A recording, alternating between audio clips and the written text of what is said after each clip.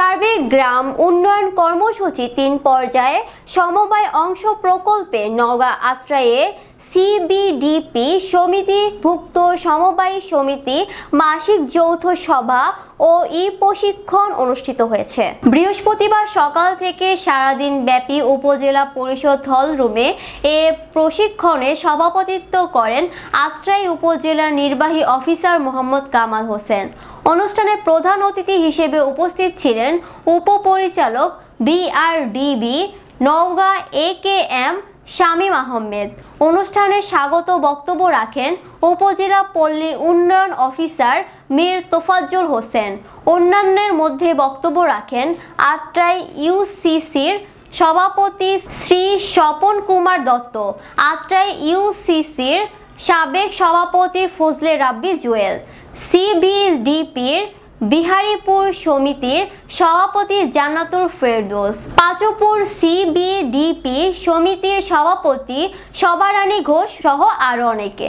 সিবিডিপির উদ্দেশ্য ছিল এই সমবায় সমিতি গঠনের উদ্দেশ্যটাই ছিল যে আমরা আমাদের গ্রাম, একটা গ্রামকে নিয়ে ওই গ্রামের বাইরে যাওয়া যাবে না, ওই গ্রামেরই সদস্য হতে হবে, এরকম একটা বাউন্ডারি দিয়েই আমরা কিন্তু প্রথমে সিপিডিবির এই গ্রাম মানে সমবায় সমিতিটা খুলি।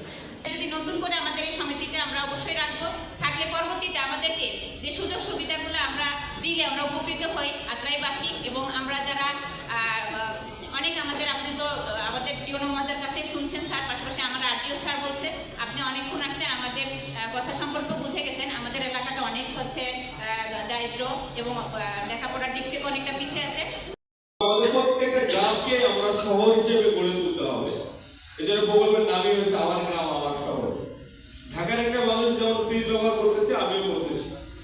ঢাকার একটা মানুষ 4G নেটওয়ার্ক ব্যবহার করতেছে, আমিও দেখেন গ্রামে বসে 4G নেটওয়ার্ক ব্যবহার করতেছি। আমার সাথে কথা বলে ওটাতে প্লিজ খুশি হয়েছে। অন্তত আমরা এই সার্বিক গ্রাম উন্নয়ন কর্মসূচির যে মূল টার্গেট বা মূল উদ্দেশ্য, আমার মনে হয় আমার সহকর্মী আমাদের উনি যথার্থই আমাদের ডিজি মহোদয়কে জিনিসটি উপস্থাপন করতে পারছে। আমাদের মাঝে যুক্ত হয়েছে আমাদের আত্রাইয়ের সম্মানিত উপজেলা নির্বাহী অফিসার মহোদয় স্যার। আমাদেরকে তার অত্যন্ত ব্যস্ততার মাঝেও আমি দেখে এসেছি অনেকগুলো লোক স্যারের দপ্তরে অপেক্ষায় আছেন। স্যার মিটিংয়ের মাঝে আমাদেরকে সময় দিয়েছেন। স্যারকে এই জন্য আন্তরিক কৃতজ্ঞতা ও ধন্যবাদ জানাচ্ছি।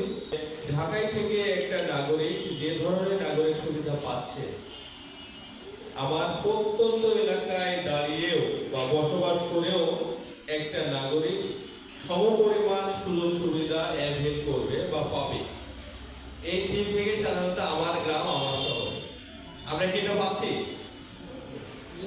ঢাকায় যে ব্যক্তিটা বসবাস করছে তিনি যে নাগরিক সুবিধাটা পাচ্ছেন, আমরা আত্রাইয়ের